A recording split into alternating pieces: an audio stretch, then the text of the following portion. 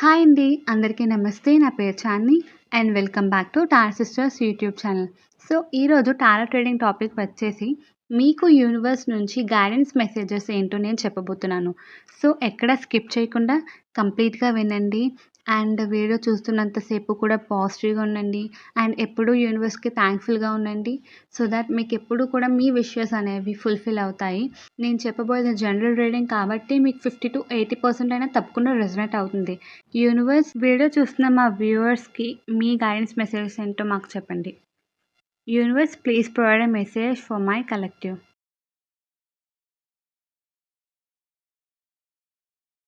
So, first the hierophant card ఏం చెప్తుందంటే, మీకు మీ లైఫ్‌లో ఏం సాధిద్దాం అనుకుంటున్నారు అన్నది ఆల్రెడీ పెట్టుకొని ఉంటారు కదా! ఒక గోల్ కింద.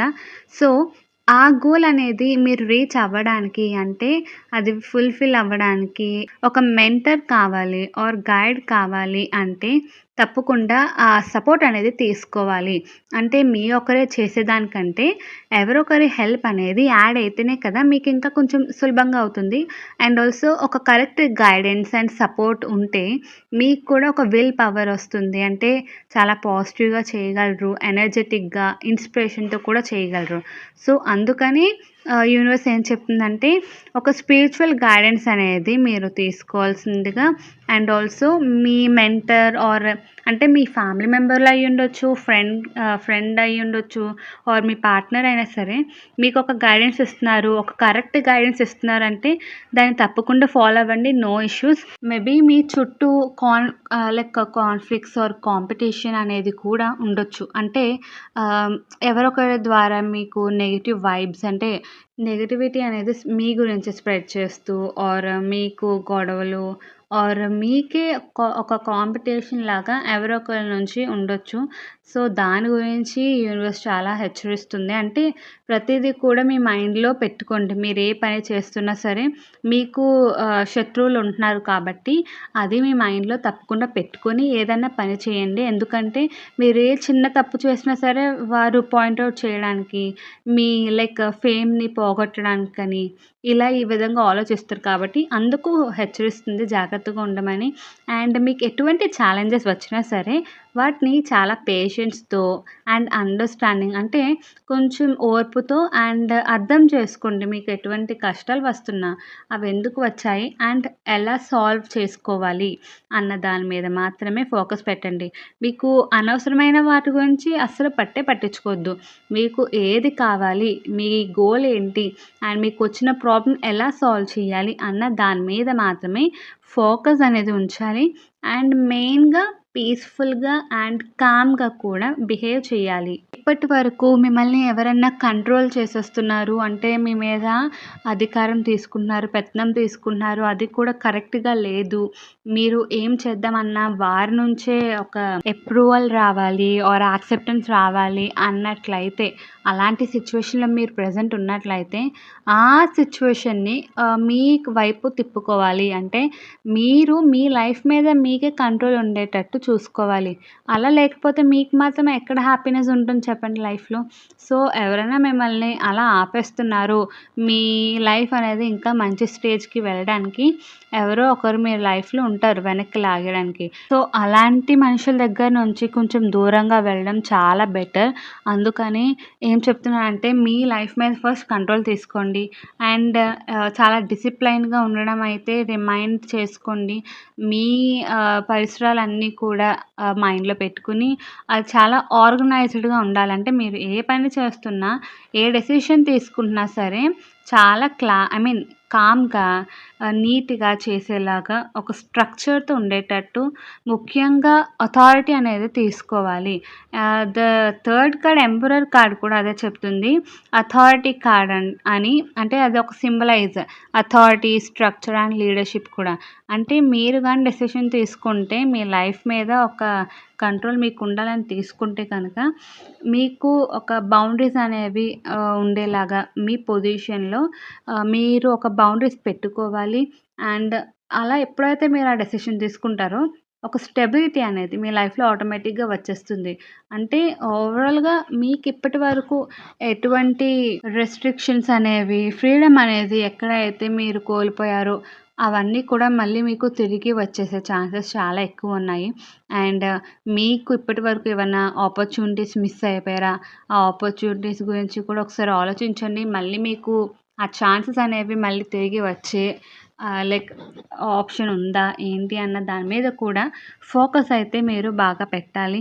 అండ్ మీకు ఇప్పటి వరకు ఏవైతే అంటే మీరు ఏవైతే కోల్పోయారో దాని గురించి కూడా ఎక్కువ డిస్సాటిస్ఫైడ్‌గా అయితే ఉండొద్దు. అంటే అయిపోయిన గతం గురించి మీరేం చేయలేరు.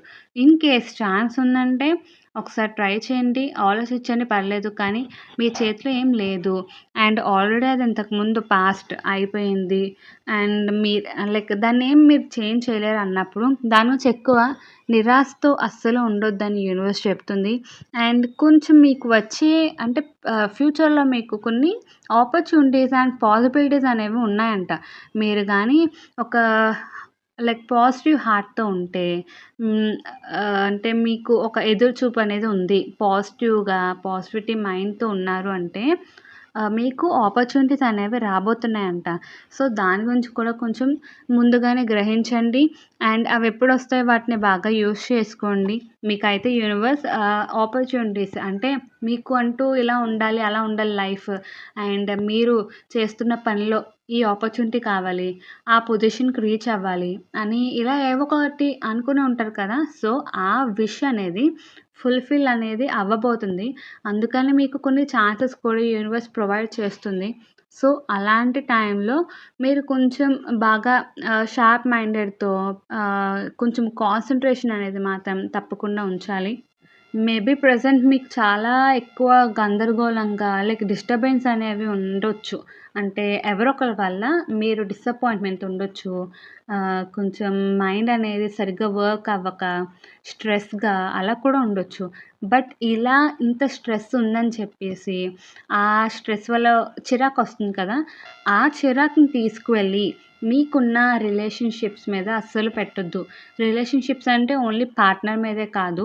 అంటే మీ పర్సన్ మీదే కాకుండా మీ ఫ్యామిలీలో ఉండేవారితో కూడా రిలేషనే కదా! సో, అలాంటి రిలేషన్స్ మీద, ఫ్రెండ్స్‌తో ఎవరి మీద కూడా చూపించకూడదని మరీ మరీ హెచ్చరిస్తుంది యూనివర్స్. ఎందుకంటే ఈ టైంలోనే మీకు ఇన్ కేస్ ఒక సపోర్ట్ కావాలి అని అనుకున్నా ఒక లైక్ మీ close friends or family members వారి దగ్గర నుంచి కదా వస్తుంది మీ పర్సన్ దగ్గర నుంచి. సో, అదే మీరు కానీ ఆ కోపం తీసుకువెళ్ళి వారి దగ్గర చూపిస్తే వారు అర్థం చేసుకోవచ్చు. బట్ కొంచెం మళ్ళీ డిస్టర్బెన్స్ అనేవి క్రియేట్ అయిపోతాయి మీ మధ్య. అందుకని ఈ టైంలో కొంచెం అండర్‌స్టాండింగ్‌తో ఉండండి. అండ్ మీరు ఏం పని చేస్తున్నా సరే ఇందాక నేను చెప్పినట్టు చాలా ఫోకస్డ్‌గా, కాన్సంట్రేషన్‌తో ఉండండి. ఆల్సో లైక్ కుదిరితే ఈ టైంలోనే ఇంకా మీ కనెక్షన్స్ అనేవి ఎవరితో అయితే మీరు ఇంకా ఇంప్రూవ్ చేసుకోవాలి. సో, ఇంప్రూవ్ చేసుకుంటే మీ లైఫ్‌కి చాలా యూజ్‌ఫుల్‌గా ఉంటుంది అని అనుకుంటున్నారో, ఆ ఛాన్స్ కూడా మీకు యూనివర్స్ ఇస్తది. సో, ఆ టైంలో కూడా మీ కనెక్షన్ అనేది ఇంప్రూవ్ చేసుకోండి. డీపెన్‌గా చేసుకోండి. ఎయిదర్ అది లవ్ అయ్యుండొచ్చు ఆర్ ఏదో ఒక వర్క్ రిలేటెడ్ అయ్యుండొచ్చు. అందుకని ప్రతీది కూడా అందుకే చెప్తున్నాను. ప్రతి విషయం కూడా మీరు ఏం చేస్తున్నా ఒకటికి 2 సార్లు ఆలోచించండి. మీరు చేస్తుంది రైటా? రాంగా? అన్న దాని మీద మాత్రం ఒకసారి ఆలోచించి మీరేదైనా మాట్లాడుతున్నా, చేస్తున్నా సరే ఆలోచించి చెయ్యండి. అప్పుడే మీరు రీగ్రెట్ అనేది అవ్వరు. అంటే అనవసరంగా ఇలా చేశానే అన్న ఫీలింగ్ అనేది మీకు ఫ్యూచర్‌లో రాదు. అండ్ మీకు వేరే పర్సన్‌కి అస్సలంటే అస్సలు డిస్టర్బెన్స్ కూడా క్రియేట్ అవ్వవు. ఎప్పుడైతే మీరు ఇలాగా ఒక మంచి పాజిటివిటీ మైండ్‌తో ఒక లైక్ మెచ్యూర్డ్‌గా ఆలోచిస్తే మీకు అస్సలు రీగ్రెట్ అనేది ఎప్పుడూ లైఫ్‌లో ఉండదు. అండ్ ఇలా చేయడం వల్ల మీకు అంటే ఎమోషనల్ ఎక్స్‌చేంజ్ అనేది ఉంటుంది. ఒక బ్యాలెన్స్ అనేది కూడా ఉంటుంది. అంటే మీకు అండ్ మీరెవరైతే ఒక పర్సన్‌తో కనెక్షన్ అనేది పెంచుకోవాలనుకుంటున్నారో వారికి మీకు మధ్య ఎమోషనల్ ఎంకరేజ్‌మెంట్ అనేది బాగా ఉంటుంది. అంటే మీకు ఏ టైంలో అన్నా సరే వారు అవసరం కావాలి అనుకున్నప్పుడు వారు ఖచ్చితంగా ఉంటారు. అండ్ వారికి ఎప్పుడన్నా సరే ఎమోషనల్ సపోర్ట్ కావాలన్నా మీరు ఆ టైంలో తప్పకుండా అంటే అవైలబుల్‌గా ఉండేటట్టు చూడండి. ఓవరాల్‌గా యూనివర్స్ అయితే ఇదే చెప్తుంది. మీకున్న తెలివిని, పేషెన్స్‌ని అండ్ లీడర్‌షిప్‌ని, ఓపెన్‌నెస్ అంటే మీకు ఓపెన్‌గా ఉండేటట్టు అంటే ప్రతి ఛాన్సెస్‌కి, ప్రతి ఒక్కరితో కూడా ఓపెన్ హార్టెడ్‌తో ఉండేటట్టు, ఎమోషనల్ బ్యాలెన్స్‌గా ఉండేటట్టు ఇవన్నీ కంబైన్ చేసి ఉండండి. అంటే ప్రతీది కూడా కంబైన్‌గా ఉంచండి ఏదైనా చేస్తున్నప్పుడు. అండ్ మీకెప్పుడన్నా అవసరమైతే గైడెన్స్ అనేది తీసుకోవచ్చు, పర్వాలేదు. అంటే మీ మెంటోర్ ఎవరో ఒకళ్ళు ఉంటారు కదా! మీ ఫ్యామిలీ నుంచో ఆర్ ఫ్రెండ్ నుంచో. సో, ఒక సపోర్ట్ గైడెన్స్ అనేది తీసుకోండి. ఇఫ్ ఇన్ కేస్ ఎప్పుడైనా అవసరమైతే. అండ్ ఒక చార్జ్ అయితే తప్పకుండా మీ లైఫ్ మీద మీరు తీసుకోవాలి.